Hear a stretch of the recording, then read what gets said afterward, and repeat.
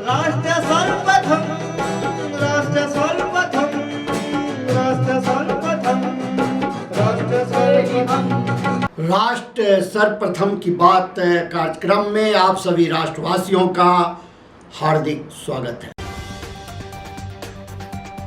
संसद पर हमले की आज 22वीं बरसी है। आतंकी हमले के 22 साल पूरे होने पर सदन में शहीदों को श्रद्धांजलि दी गई। उपराष्ट्रपति जगदीप धनखड़, पीएम मोदी, गृह मंत्री अमित शाह ने सभी शहीदों को श्रद्धांजलि दी। वहीं पीएम मोदी ने उनके परिजनों से मुलाकात की।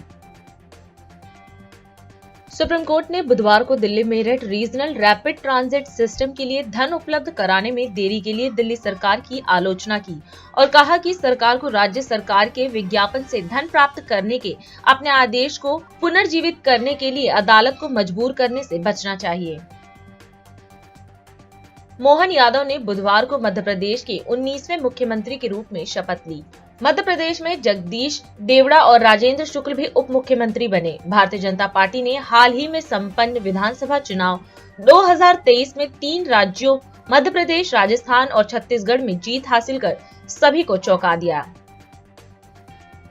नक्सल प्रभावित नारायणपुर जिले में नक्सलियों द्वारा किए गए आईईडी बम विस्फोट की चपेट में आने से छत्तीसगढ़ सशस्त्र बल का एक जवान शहीद हो गया तथा एक अन्य जवान घायल। सबरीमाला में भगवान अयप्पा मंदिर में बुनियादी सुविधाओं की कमी के कारण स्थिति गंभीर होने के कारण पहाड़ी की चोटी पर स्थित मंदिर में भारी भीड़ उमड़ी। भाजपा युवा मोर्चा के कार्यकर्ताओं ने सबरीमाला में सचिवालय के बाहर केरल सरकार के खिलाफ विरोध प्रदर्शन किया। भाजपा नेता कुम्मनम राजशेखरन ने राज्य सरकार पर भीड़ के कुप्रबंधन का आरोप लगाते हुए कहा कि मुख्यमंत्री कह रहे हैं कि उन्हें इतनी भीड़ की उम्मीद नहीं थी। जम्मू कश्मीर को प्रधानमंत्री नरेंद्र मोदी ने देश की सबसे खूबसूरत और आधुनिक ट्रेनों में शुमार वंदे भारत की सौगात दी है। केंद्र की नरेंद्र मोदी सरकार ने उधमपुर से श्रीनगर के बीच वंदे भारत एक्सप्रेस ट्रेन चलाने का फैसला किया है। आयकर विभाग पश्चिम बंगाल के आसनसोल में तृणमूल कांग्रेस के पूर्व विधायक सोहराब अली और उनके व्यवसायी मित्र इम्तियाज अहमद के परिसरों पर छापेमारी की है। ये संपत्ति कथित तौर पर लोहे के स्क्रैप व्यवसाय में उनकी भागीदारी से जुड़ी थी। भाजपा नेता विष्णुदेव राय ने छत्तीसगढ़ के चौथे मुख्यमंत्री के रूप में शपथ ली है। वह प्रदेश के पहले आदिवासी मुख्यमंत्री भी हैं। छत्तीसगढ़ के राज्यपाल विश्वभूषण हरिचंद ने उन्हें पद और गोपनीयता की शपथ दिलाई। दिल्ली के इंदिरा गांधी एयरपोर्ट पर कस्टम विभाग ने सोना जब्त किया है। कस्टम विभाग से मिली जानकारी के अनुसार अधिकारियों ने 1500 ग्राम वाले 83 लाख रुपए का सोना पकड़ा है। यूपी में प्रजातीय पुलिस सेवा संवर्ग के 167 अफसरों के तबादले कर दिए गए हैं। इसके तहत पुलिस उपाधीक्षकों, सहायक पुलिस आयुक्तों और सहायक सेना नायकों का स्थानांतरण किया गया है। आम आदमी पार्टी के विधायक भूपेंद्र भाई भयानी ने बुधवार को गुजरात विधानसभा से इस्तीफा दे दिया। खबरों की माने तो वह भारतीय जनता पार्टी में शामिल हो सकते हैं। सपने नहीं हकीकत बुनते हैं, तभी तो सब मोदी को चुनते हैं। छत्तीसगढ़ से विष्णुदेव साय, राजस्थान से भजनलाल शर्मा, मध्य प्रदेश से मोहन यादव को पूर्व चेयरमैन स्थायी समिति, पूर्व निगम पार्षद, दिल्ली नगर निगम विजेंद्र यादव की ओर से आप सभी को मुख्यमंत्री नियुक्त होने पर हार्दिक शुभकामनाएं। आपके चयन में सबका साथ और सबका विश्वास है। सर्वांगीण विकास के आपके हर प्रयास में हम आपके साथ रहेंगे। डबल इंजन सरकार की रफ्तार कभी कम नहीं होने देंगे। पूर्व शिक्षा मंत्री और मध्य प्रदेश के उज्जैन दक्षिण से 3 बार विधायक रहे मोहन यादव ने भोपाल के लाल परेड ग्राउंड में मुख्यमंत्री पद की शपथ ली। इस दौरान राजेंद्र शुक्ला और जगदीश देवड़ा ने डेप्यूटी सीएम के तौर पर शपथ ली। कार्यक्रम में प्रधानमंत्री नरेंद्र मोदी, केंद्रीय गृह मंत्री अमित शाह और भाजपा शासित राज्यों के मुख्यमंत्रियों ने भाग लिया। इनमें पूर्व सीएम शिवराज सिंह चौहान से लेकर UP CM Yogi Adityanath, Maharashtra CM Eknath Shinde, Devendra Fadnavis जैसे बड़े नाम शामिल हैं। महोदय, नियुक्त मुख्यमंत्री डॉक्टर मोहन यादव अपने पद तथा गोपनीयता की शपथ ग्रहण करने के लिए यहाँ उपस्थित हैं। महोदय, कृपया अब आप नियुक्त मुख्यमंत्री जी को पद एवं गोपनीयता की शपथ ग्रहण कराएं। मैं डॉक्टर मोहन यादव ईश्वर की शपथ लेता हूं कि मैं विधि द्वारा स्थापित भारत के संविधान के प्रति सच्ची श्रद्धा और निष्ठा रखूंगा। मैं भारत की प्रभुता और अखंडता अक्षुण्ण रखूंगा। मैं मध्य प्रदेश के राज्य के मुख्यमंत्री के रूप में अपने कर्तव्यों का श्रद्धापूर्वक और शुद्ध अंतःकरण से निर्वहन करूंगा तथा मैं भय या पक्षपात, अनुराग या द्वेष के बिना सभी प्रकार के लोगों के प्रति संविधान और विधि के अनुसार न्याय करूंगा। मैं डॉक्टर मोहन यादव ईश्वर की शपथ लेता हूं कि जो विषय मध्य प्रदेश राज्य के मुख्यमंत्री के रूप में मेरे विचार के लिए लाया जाएगा अथवा मुझे ज्ञात होगा, उसे किसी व्यक्ति या व्यक्तियों को तब के सिवाय जबकि ऐसे मंत्री के रूप में अपने कर्तव्यों के सम्यक निर्वहन के लिए ऐसा करना अपेक्षित हो, मैं प्रत्यक्ष अथवा अप्रत्यक्ष रूप से संसूचित या प्रकट नहीं करूंगा। मैं जगदीश देवड़ा ईश्वर की शपथ लेता हूं कि मैं सत्यनिष्ठा से प्रतिज्ञान करता हूं, विधि द्वारा स्थापित भारत के संविधान के प्रति सच्ची श्रद्धा और निष्ठा रखूंगा। मैं भारत की प्रभुता और अखंडता अक्षुण्ण रखूंगा। मैं मध्य प्रदेश राज्य के उप मुख्यमंत्री के रूप में अपने कर्तव्यों का श्रद्धापूर्वक और शुद्ध अंतःकरण से निर्वहन करूंगा तथा मैं भय या पक्षपात, अनुराग या द्वेष के बिना सभी प्रकार के लोगों के प्रति संविधान और विधि के अनुसार न्याय करूंगा।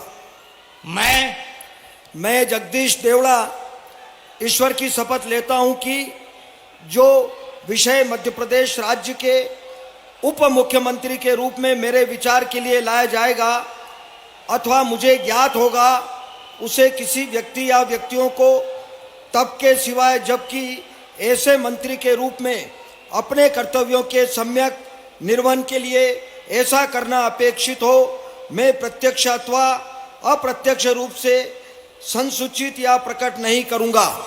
मैं राजेंद्र शुक्ला ईश्वर की शपथ लेता हूं कि मैं विधि द्वारा स्थापित भारत के संविधान के प्रति सच्ची श्रद्धा और निष्ठा रखूंगा। मैं भारत की प्रभुता और अखंडता अक्षुण्ण रखूंगा। मैं मध्य प्रदेश राज्य के उप मुख्यमंत्री के रूप में अपने कर्तव्यों का श्रद्धापूर्वक और शुद्ध अंतःकरण से निर्वहन करूंगा तथा मैं भय या पक्षपात, अनुराग या द्वेष के बिना सभी प्रकार के लोगों के प्रति संविधान और विधि के अनुसार न्याय करूंगा। मैं राजेंद्र शुक्ला ईश्वर की शपथ लेता हूं कि जो विषय मध्य प्रदेश राज्य के उप मुख्यमंत्री के रूप में मेरे विचार के लिए लाया जाएगा अथवा मुझे ज्ञात होगा, उसे किसी व्यक्ति या व्यक्तियों को तब के सिवाय जबकि ऐसे मंत्री के रूप में अपने कर्तव्यों के सम्यक निर्वहन के लिए ऐसा करना अपेक्षित हो, मैं प्रत्यक्ष अथवा अप्रत्यक्ष रूप से संसूचित या प्रकट नहीं करूंगा। भाजपा नेता विष्णुदेव साय ने छत्तीसगढ़ के चौथे मुख्यमंत्री के रूप में शपथ ली है। वह प्रदेश के पहले आदिवासी मुख्यमंत्री हैं। छत्तीसगढ़ के राज्यपाल विश्वभूषण हरिचंद ने उन्हें पद और गोपनीयता की शपथ दिलाई। इस दौरान प्रधानमंत्री नरेंद्र मोदी भी मौजूद रहे। वहीं अरुण साव और विजय शर्मा ने राज्य के उप मुख्यमंत्री के रूप में शपथ ली है। महोदय, नवनियुक्त मुख्यमंत्री श्री विष्णुदेव साय अपने पद तथा गोपनीयता की शपथ ग्रहण करने के लिए यहाँ उपस्थित हैं। निवेदन है कि कृपया नवनियुक्त मुख्यमंत्री को पद एवं गोपनीयता की शपथ ग्रहण कराएं। मैं विष्णुदेव साय ईश्वर की शपथ लेता हूँ कि मैं विधि द्वारा स्थापित भारत के संविधान के प्रति सच्ची श्रद्धा और निष्ठा रखूँगा। मैं भारत की प्रभुता और अखंडता अक्षुण्ण रखूंगा। मैं छत्तीसगढ़ राज्य के मुख्यमंत्री के रूप में अपने कर्तव्यों का श्रद्धापूर्वक और शुद्ध अंतःकरण से निर्वहन करूंगा तथा मैं भय या पक्षपात, अनुराग या द्वेष के बिना सभी प्रकार के लोगों के प्रति संविधान और विधि के अनुसार न्याय करूंगा। मैं विष्णुदेव साय ईश्वर की शपथ लेता हूं कि जो विषय छत्तीसगढ़ राज्य के मुख्यमंत्री के रूप में मेरे विचार के लिए लाया जाएगा अथवा मुझे ज्ञात होगा, उसे किसी व्यक्ति या व्यक्तियों को तब के सिवाय जबकि ऐसे मुख्यमंत्री के रूप में अपने कर्तव्यों के सम्यक निर्वहन के लिए ऐसा करना अपेक्षित हो, मैं प्रत्यक्ष अथवा अप्रत्यक्ष रूप से ससुचित या प्रकट नहीं करूंगा। नवनियुक्त उप मुख्यमंत्री श्री अरुण साव अपने पद तथा गोपनीयता की शपथ ग्रहण करने के लिए यहाँ उपस्थित हैं। निवेदन है कि कृपया नवनियुक्त उप मुख्यमंत्री को पद एवं गोपनीयता की शपथ ग्रहण कराएं। मैं अरुण साव ईश्वर की शपथ लेता हूं कि मैं विधि द्वारा स्थापित भारत के संविधान के प्रति सच्ची श्रद्धा और निष्ठा रखूंगा। मैं भारत की प्रभुता और अखंडता अक्षुण्ण रखूंगा।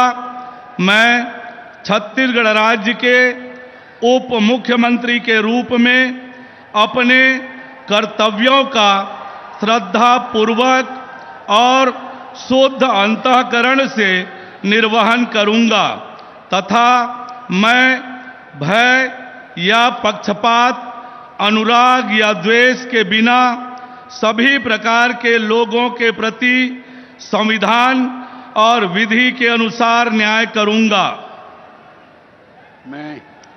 मैं अरुण साव ईश्वर की शपथ लेता हूं कि जो विषय छत्तीसगढ़ राज्य के उप मुख्यमंत्री के रूप में मेरे विचार के लिए लाया जाएगा अथवा मुझे ज्ञात होगा, उसे किसी व्यक्ति या व्यक्तियों को तब के सिवाय जबकि ऐसे उप मुख्यमंत्री के रूप में अपने कर्तव्यों के सम्यक निर्वहन के लिए ऐसा करना अपेक्षित हो, मैं प्रत्यक्ष अथवा अप्रत्यक्ष रूप से संसूचित या प्रकट नहीं करूंगा।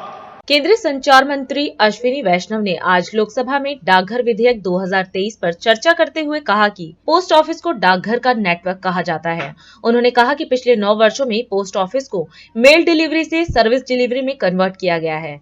पोस्ट ऑफिस से बैंकिंग सिस्टम में परिवर्तित किया गया है, जिससे जन जन को इसका लाभ मिल रहा है। डाकघर विधेयक 2023, माननीय मंत्री जी, आज के इस पोस्ट ऑफिस बिल 2023 द्वारा इंडियन पोस्ट ऑफिस एक्ट 1898 को रिपील किया जाएगा। माननीय अध्यक्ष जी, जैसा कि हम सभी देश में जानते हैं, एक इतना रिलायबल नेटवर्क है देश भर में जिसको पोस्ट ऑफिस का डाकघर का नेटवर्क कहा जाता है। कई दशकों से, एक सदी से ऊपर का ये इसकी लेगेसी है और इस पूरे के पूरे सिस्टम को किस तरह से पिछले 9.5 वर्षों में टोटली ट्रांसफॉर्म किया गया है, ये बिल, आज का जो बिल है, इस बिल वो बिल बेसिकली इस ट्रांसफॉर्मेशन को रिफ्लेक्ट करता है। माननीय अध्यक्ष जी, पिछले 9 वर्षों में पोस्ट ऑफिस को मेल डिलीवरी से सर्विस डिलीवरी में कन्वर्ट किया गया है। पोस्ट ऑफिस से एक बैंकिंग सिस्टम में कन्वर्ट किया गया है। कई इसके अच्छे उदाहरण हैं जो कि जन प्रभावी है, जिसमें देश में जन जन को इसका बेनिफिट मिला है। जैसे सर्विस डिलीवरी की बात करें तो पोस्ट ऑफिस के जरिए से पासपोर्ट बनाने की जो व्यवस्था बनी, उसके कई ऐसे अच्छे उदाहरण हैं। हिमाचल प्रदेश का एक उदाहरण है लाहौल स्पीति का। श्री संसार चंद जी, जिनको पासपोर्ट बनवाने के लिए पहले अगर शिमला जाना पड़ता तो 3 से 4 दिन लगते, आज वो कुल्लू मुख्य डाकघर में ही पासपोर्ट ऑफिस सेवा केंद्र के खुलने से एक ही दिन में पासपोर्ट बन जाता है। वैसे ही उड़ीसा के बोलांगीर जिले में आदर्शपड़ा में रहने वाले एक 62 वर्ष के भाई हैं श्री जगदीश चंद्र पात्रो, उनका पासपोर्ट बोलांगीर हेड ऑफिस में ही बन गया। इससे पहले इनको भुवनेश्वर 300-400 किलोमीटर दूर, 300 किलोमीटर दूर भुवनेश्वर जाना पड़ता था। वैसे ही माननीय अध्यक्ष जी, सर्विस डिलीवरी की इस भावना में एक बहुत अच्छी पहल की गई डाक निर्यात केंद्र। डाक निर्यात केंद्र के माध्यम से बिल्कुल सुदूर रिमोट एरिया में रहने वाले जो हमारे भारत के नागरिक हैं, वो भी अपने हाथ से बनी हुई चीजें या फिर उस एरिया की लोकल चीजों को बहुत ही आसानी से डाकघर के माध्यम से निर्यात कर पा रहे हैं। जैसा एक एग्जाम्पल है, उत्तराखंड में रुड़की से बहन गंगा देवी डाकघर निर्यात केंद्र द्वारा फ्रांस, कनाडा, स्पेन को ब्रास के आइटम्स एक्सपोर्ट कर रही हैं। वैसे ही जोधपुर की एक बहन है कमला देवी प्रजापति, वो सिरामिक नॉब्स अमेरिका और कनाडा एक्सपोर्ट कर रही है। भागलपुर बिहार के भाई अहमद नदीम, आसपास में जो रेशम की साड़ी और कपड़े का जो काम होता है उसकी जो कतरन होती है माननीय अध्यक्ष जी, उसकी बेकार सामग्री से बना के पर्दे, सोफा कवर, पिलो कवर इत्यादि बनाते हैं और ऑस्ट्रेलिया, कनाडा, ब्रिटेन को एक्सपोर्ट करते हैं डाक निर्यात केंद्र के जरिए से। वैसे ही गोवा में बहन मोना डिसूजा है, वो पर्सनलाइज्ड फोटो फ्रेम सिंगापुर और यूएई निर्यात करती है। अध्यक्ष जी, डाकघर को डाक डिलीवरी से सर्विस डिलीवरी में कन्वर्ट किया और साथ ही साथ डाकघर को एक तरीके से पोस्ट ऑफिस से बैंकिंग सिस्टम में कन्वर्ट किया। तो इंडिया पोस्ट पेमेंट बैंक की अगर हम बात करें, उड़ीसा के गजपति जिले की 95 ईयर ओल्ड वृद्ध माता लबंग गया जी, उनको बड़ी तकलीफ होती थी चलने फिरने में, 95 ईयर्स की है, बैंक तक जाके अपनी पेंशन लेने में दिक्कत होती थी। पोस्ट ऑफिस के द्वारा जब ये सर्विस दी गई तो उनके घर पे ये फैसिलिटी उनको आज पेंशन मिल जाती है। ऐसे बहुत सारे अनेक उदाहरण है जन सेवा के। तो माननीय अध्यक्ष जी, पासपोर्ट सेवा केंद्र से आज करीब करीब अब तक 1.25 करोड़ से अधिक देशवासियों को इसका लाभ मिल चुका है। देश में करीब करीब 10 करोड़ 36 लाख लोग ऐसे हैं जिन्हें घर बैठे अब तक 29,000 करोड़ रुपए से ज्यादा का बेनिफिट घर तक पहुंचाया जा चुका है।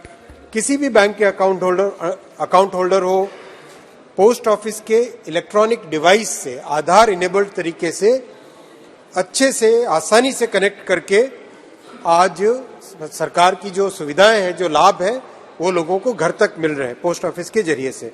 मैं सभी मान्यवर सांसदों से भी निवेदन करूंगा कि आप भी अपने क्षेत्र में इस फैसिलिटी का उपयोग कराएं और जितना हो सके अपने क्षेत्र के निवासियों का पोस्ट ऑफिस में इंडिया पोस्ट पेमेंट बैंक में अकाउंट खुलवाएं, तो उनका जो लाभ है वो लाभ आराम से घर बैठे मिल सकता है।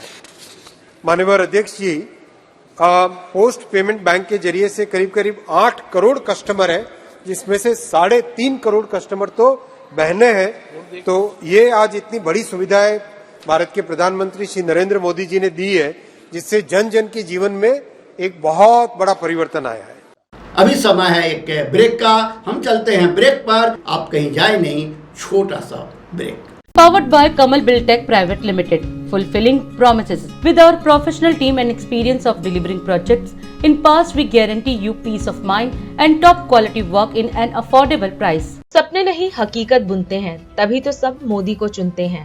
छत्तीसगढ़ से विष्णुदेव साय, राजस्थान से भजन लाल शर्मा, मध्य प्रदेश से मोहन यादव को पूर्व चेयरमैन स्थायी समिति, पूर्व निगम पार्षद, दिल्ली नगर निगम विजेंद्र यादव की ओर से आप सभी को मुख्यमंत्री नियुक्त होने पर हार्दिक शुभकामनाएं। आपके चयन में सबका साथ और सबका विश्वास है। सर्वांगीण विकास के आपके हर प्रयास में हम आपके साथ रहेंगे। डबल इंजन सरकार की रफ्तार कभी कम नहीं होने देंगे। और अधिक खबरों के लिए आप हमारे YouTube चैनल दैनिक इंडिया दर्पण को अभी सब्सक्राइब करें और नोटिफिकेशन के लिए बेल आइकन को प्रेस करना ना भूलें। राष्ट्र सर्वप्रथम की बात कार्यक्रम में ब्रेक के बाद एक बार फिर आप सभी राष्ट्रवासियों का स्वागत। झारखंड के जामताड़ा जिले में आज आपकी योजना आपकी सरकार आपके द्वार के अंतर्गत आयोजित कार्यक्रम में मुख्यमंत्री हेमंत सोरेन ने प्रतिभाग किया। इस अवसर पर कार्यक्रम को संबोधित करते हुए सीएम हेमंत सोरेन ने कहा कि आप सभी गांव, पंचायत, वार्ड में इन शिविरों के जरिए राज्य सरकार की लोक कल्याणकारी योजनाओं का लाभ अवश्य लें। इसके साथ ही उन्होंने कहा कि समस्याओं का समाधान लोगों के द्वार पर ही किया जा रहा है। जहां रास्ता नहीं है वहां भी सरकारी पदाधिकारी लोगों के द्वार जाकर उन्हें योजनाओं से जोड़ने का काम कर रहे हैं। आज जामताड़ा जिला के ये नूतनडी गांव में आपकी योजना आपकी सरकार आपके द्वार कार्यक्रम के द्वारा उमड़ी यहाँ के सभी ग्रामीणों, किसान भाइयों, माताएं बहनें, नौजवान साथी, बड़े बुजुर्ग, हमारे राजनीतिक सामाजिक संगठन के सदस्यगण, मंचासीन हमारे महागठबंधन के सभी नेतागण, पत्रकार मित्रों, मैं आप सबका इस कार्यक्रम में हार्दिक अभिनंदन करता हूं। आज आप सबको मालूम है कि पूरे जामताड़ा जिला ही नहीं, पूरे झारखंड के गांव-गांव, पंचायत-पंचायत में शिविर लग रहा है और उन शिविरों में कई सारे पदाधिकारी मौजूद होते हैं और बगल में जैसा स्टॉल लगा हुआ है ऐसा ही अनेकों विभाग के स्टॉल भी लगे हैं। कोई वृद्धा पेंशन का स्टॉल है, कोई बिजली विभाग का है, तो कोई आवास का है, तो कोई सावित्रीबाई फूले योजना का है, तो कोई मुख्यमंत्री रोजगार सृजन योजना का है, अनेकों प्रकार के। और उस पंचायत का पूरा घर से उठकर के माँ, बेटा, बेटी, पूरा परिवार उठकर उस शिविर में पहुंचकर अपने लिए क्या योजना है हमारे लिए सरकार ने बनाया है वो खोजने में लगे हैं। ये शिविर पहला शिविर नहीं है इस राज्य में। ये कार्यक्रम 2021 में भी हम लोगों ने चलाया था, 2022 में भी चलाया और अब 2023 में चलाए। 24 तारीख से ये शिविर अलग अलग गांव पंचायतों में लग रहे हैं। अभी 29 तारीख तक ये शिविर गांव पंचायतों में लगते रहेंगे। जब हम पहला कैंप लगवाए 2021 में, फिर दूसरा कैंप लगवाए 2022 में। पहले कैंप से हमें 35 लाख गांव से आवेदन मिले, दूसरा कैंप में लगभग 55 लाख से अधिक आवेदन हमको गांव से मिला, तो लगभग 1 करोड़ आवेदन समस्याओं का गांव से आने लगा। तो हमने माथा पकड़ लिया, अरे भाई ये क्या हुआ 20 वर्षों में? क्या ब्लॉक कार्यालय काम नहीं करता था? क्या जिला कार्यालय काम नहीं करता था जो इतना समस्या आ गया? फिर हम लोगों ने आपके इस आवेदन के माध्यम से गांव के अंदर मूल समस्याओं को जानने समझने का हमें मौका मिला और उसके अनुरूप हमने जितनी भी कार्य योजना बनाई आपके इस आवेदन के अनुरूप बनाया, क्योंकि हम जानते हैं अगर इस राज्य को मजबूत करना है तो सबसे पहले हमें अपने गांव को मजबूत करना पड़ेगा, तभी राज्य मजबूत हो सकता है। ये राज्य हमेशा से चुनौतियों के साथ आगे बढ़ता रहा है। आदिवासी, दलित, पिछड़ा, अल्पसंख्यक लोग बेचारे जीवन भर संघर्ष करते हैं और यही वजह है कि एकीकृत बिहार में इस राज्य के वासियों के, आवाम के दिन ब दिन बद से बदतर होता जा रहा था। तब जाकर के आदरणीय दिसोम गुरु शिबू सोरेन जी ने अलग राज्य का एक लंबा लड़ाई लड़ा और इस लड़ाई को 40 साल बीत गए, तब जाकर के 2020 ईस्वी में हमें अलग राज्य मिला। तो कई चीजें हैं, हमें पता है आज कई गरीब गुरुआ लोग बेचारा कई त्योहार, कई पर्व आते हैं लेकिन पैसे के अभाव में एक कपड़ा नहीं खरीद सकता। अब झारखंड के हमारे गरीब, बूढ़े, बुजुर्ग, असहाय, कमजोर कोई भी अब हर साल में 2 बार उनको नया कपड़ा मिलेगा और त्योहारों में भी नया कपड़ा पहन के रहेगा। कई लोग आज भी सरकार की इन कार्रवाई से इतनी आशा उम्मीद जगी है। बहुत सारे लोग कहते हैं कि मेरा ये काम कर दीजिए, मेरा ये काम कर देंगे। मैं पूरे इस राज्य की जनता से कहना चाहूंगा, आप सब लोगों से कहना चाहूंगा, ये अंधे बहरे गूंगे की सरकार नहीं है। ये सरकार के पास आंख भी है, कान भी है, नाक भी है और संवेदनशीलता भी है। एक एक करके इस राज्य की समस्या का समाधान होगा। अब हम उस राह पर चल पड़े हैं। आज उस बीमारू राज्य को हम मजबूत बनाने में लगे हैं कि आने वाला 25 वर्षों तक में ये झारखंड इतनी ताकत पैदा कर ले कि अपने इस राज्य की हर चुनौतियों का सामना कर पाए और ये पिछड़ापन का कलंक को मिटाने में सक्षम हो पाए। केंद्रीय मंत्री सर्बानंद सोनोवाल ने नई दिल्ली में पूर्वोत्तर के विकास को लेकर प्रेस वार्ता को संबोधित किया। इस दौरान मीडिया को संबोधित करते हुए केंद्रीय मंत्री ने कहा कि हिंदुस्तान अब विश्व की 5वीं सबसे बड़ी अर्थव्यवस्था बन चुका है। पीएम मोदी के नेतृत्व में देश तेजी से विकास कर रहा है। पूर्वोत्तर क्षेत्र भारत के विकास का पावर हाउस बनकर उभर रहा है। उन्होंने कहा कि पीएम मोदी ने अपने 9 साल के कार्यकाल के दौरान क्षेत्र के लिए अपनी गारंटी से कहीं अधिक काम किया है और इस दौरान उपेक्षा का सामना करने वाले पूर्वोत्तर क्षेत्र में शांति और सुरक्षा बहाल हुई है। सड़क, रेलवे, जलमार्ग और हवाई संपर्क सहित बुनियादी ढांचे को बढ़ावा देने के लिए 9 वर्षों में क्षेत्र के 8 राज्यों को 5 लाख करोड़ रुपए से अधिक का अनुदान भी दिया गया है। आप सबको मालूम है हिंदुस्तान अब दुनिया की 5वीं बड़ी शक्तिशाली अर्थव्यवस्था बन चुका है और पिछले 9 साल में हमारे देश के आदर्शवादी नेता प्रधानमंत्री नरेंद्र मोदी जी की नेतृत्व में देश के हर प्रांत विकास के रास्ते पर तेज से चलने लगा है। और आप सबको मालूम है देश के एक प्रांत है नॉर्थ ईस्ट इंडिया, और नॉर्थ ईस्ट इंडिया आज से 9 साल पहले सबको मालूम थे किस हालत में रहे, लेकिन 2014 में जब बीजेपी लेड एनडीए सरकार बने और नरेंद्र मोदी जी देश के प्रधानमंत्री बने, तब से प्रधानमंत्री जी ने नॉर्थ ईस्ट को विशेष रूप से ध्यान दिया और नॉर्थ ईस्ट की गरिमा, नॉर्थ ईस्ट की इतिहास, इन चीजों को उन्होंने सही अध्ययन और अनुसंधान से नॉर्थ ईस्ट को सुरक्षा, शांति और प्रगति देने के लिए प्रतिबद्ध हुई। और उन्होंने 9 साल जिस हिसाब से नॉर्थ ईस्ट के विकास के लिए नीतियां अपनाया, नॉर्थ ईस्ट की विकास के लिए कार्यक्रम रचना की और नॉर्थ ईस्ट विकास के लिए उन्होंने केंद्रीय मंत्रालय की, सभी काउंसिल ऑफ मिनिस्टर की, सभी मंत्री को ये निर्देश जारी की कि नॉर्थ ईस्ट को विशेष ध्यान देना होगा। हर मंत्री को अपने मंत्रालय की अलग अलग कार्यक्रम को नॉर्थ ईस्ट में सही समय पर लागू करना होगा, वो भी क्वालिटी इम्प्लीमेंटेशन होना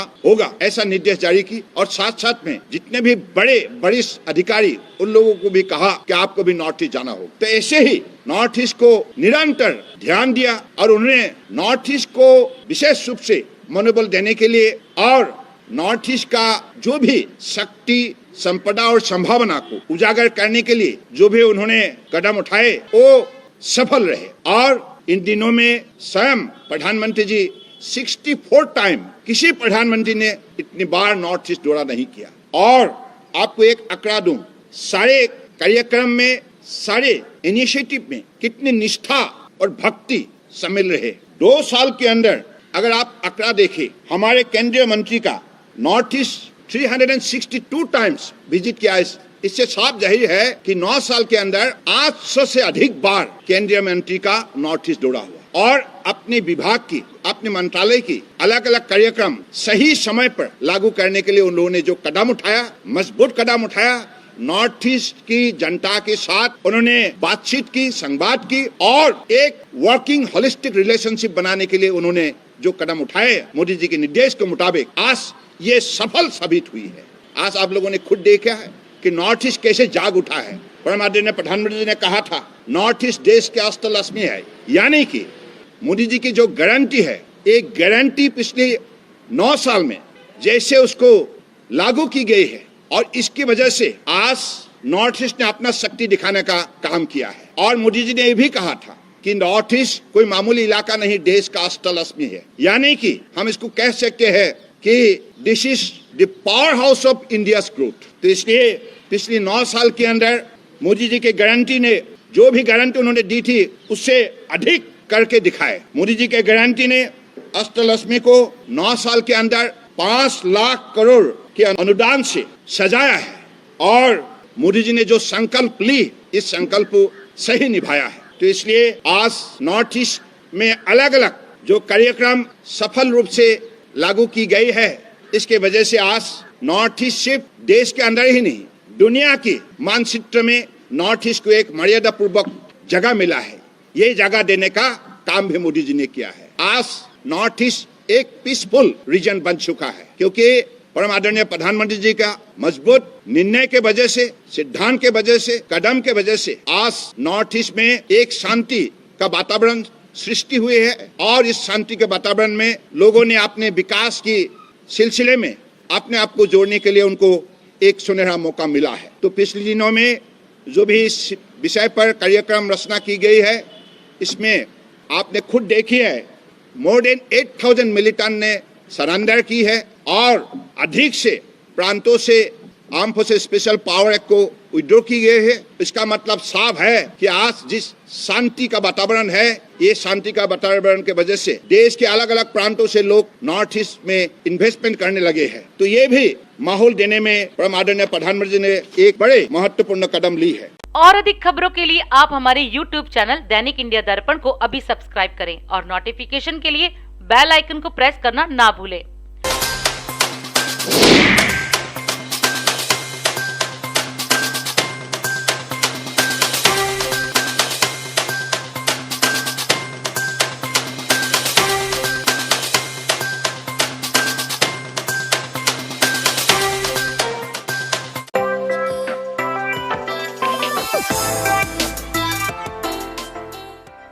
आज हम इस कार्यक्रम में आपसे विदा लेते हैं। आप अन्य खबरों के लिए बने रहे।